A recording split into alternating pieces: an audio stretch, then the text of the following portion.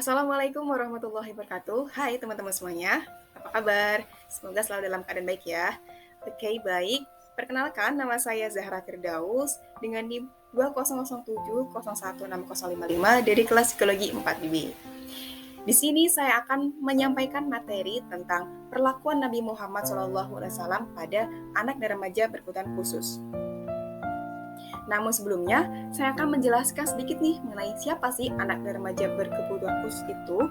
Jadi, anak dan remaja berkebutuhan khusus atau kita singkat dengan ARBK merupakan mereka anak-anak dan remaja yang dalam proses pertumbuhan atau perkembangannya mengalami kelainan atau penyimpangan di salah satu atau beberapa kemampuan fisik, mental, intelektual, sosial, dan atau emosionalnya dibanding dengan anak-anak lain seusianya yang normal. Sehingga mereka membutuhkan pelayanan pendidikan khusus untuk dapat mengoptimalkan, mengembangkan potensi kemanusiaan mereka secara sempurna. Nah, anak berkebutuhan khusus ini dapat dikelompokkan dalam beberapa kategori, yaitu diantaranya anak yang mengalami tunanetra, tunarungu, tunadaksa, tunalaras, tunawicara, tunagrahita, anak yang mengalami hambatan atensi seperti ADHD, anak yang mengalami kesulitan belajar seperti disleksia, disgrafia, diskalkula, kemudian ada slow learner, autis, dan anak berbakat atau anak dengan kecerdasan istimewa. Nah, di sini saya akan menjelaskan mengenai perilaku Nabi Muhammad SAW terhadap anak dan remaja berkebutuhan khusus. Jadi perilaku kepada ARBK ini telah Allah jelaskan di dalam Al-Quran, tepatnya di dalam Quran Surat Abasa ayat 1-16. Di dalam ayat tersebut, Allah telah menjelaskan untuk memberikan perlakuan yang tidak diskriminatif atau tidak membeda-bedakan terhadap seseorang yang berkebutuhan khusus. Nah, di dalam surah tersebut terdapat kisah Nabi Muhammad SAW, yaitu Rasulullah berbuka masam di depan orang buta.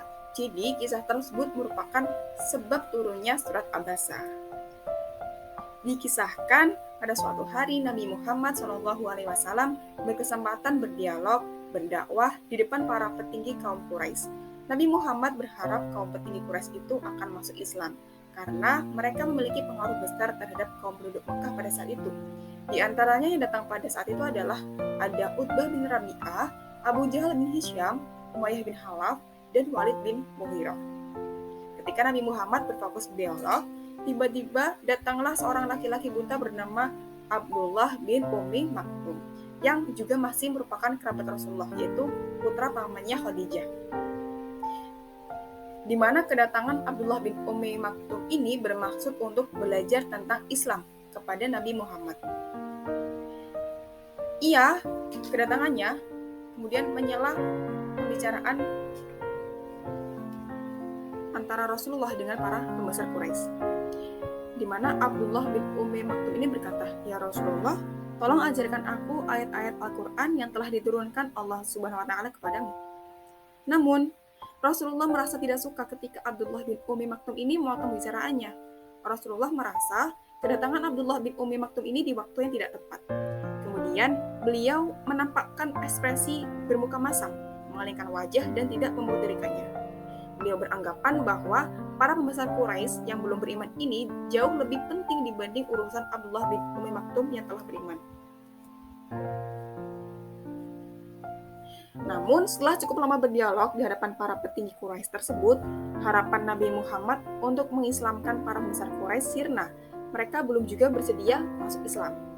Setelah kepergian para pembesar Quraisy itu, tiba-tiba penglihatan Nabi Muhammad menjadi gelap dan kepala beliau terasa sakit. Nah, seketika itu juga turunlah surat Abasa ayat 1-16 untuk menegur sikap Nabi supaya tidak bersikap demikian, di mana Nabi lebih mementingkan urusannya dengan pemuka Quraisy untuk mengajak mereka masuk Islam.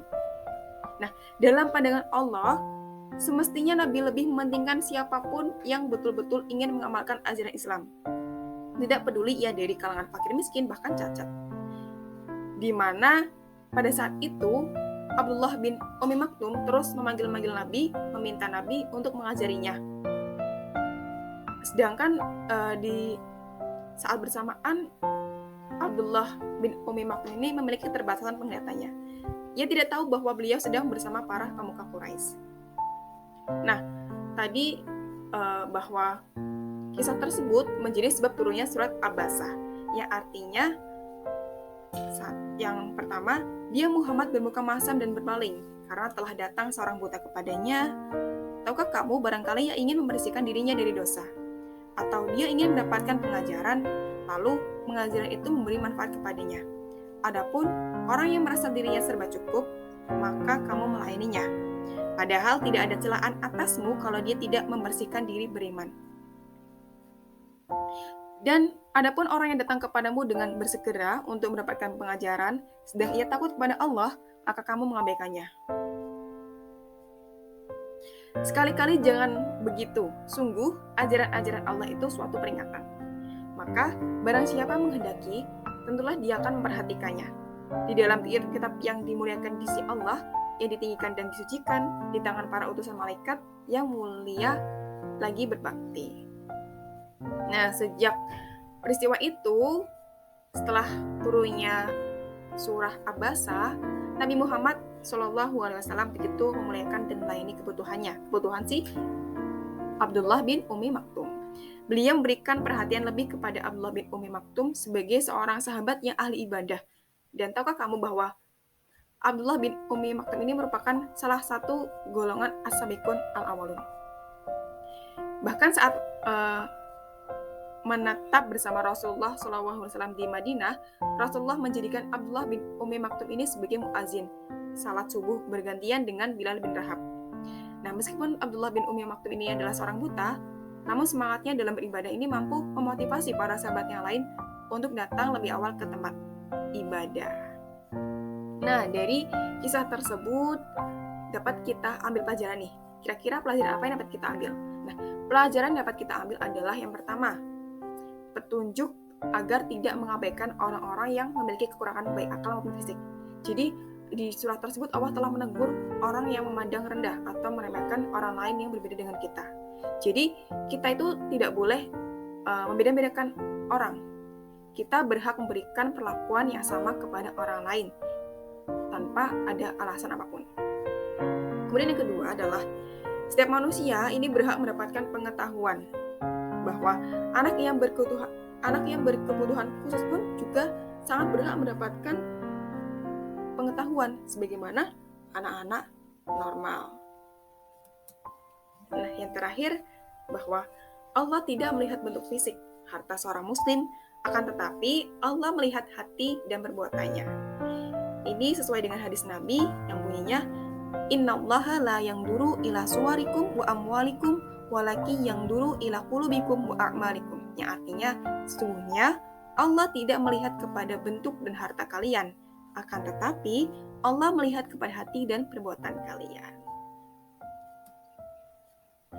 Demikian apa yang dapat saya sampaikan, semoga dapat bermanfaat.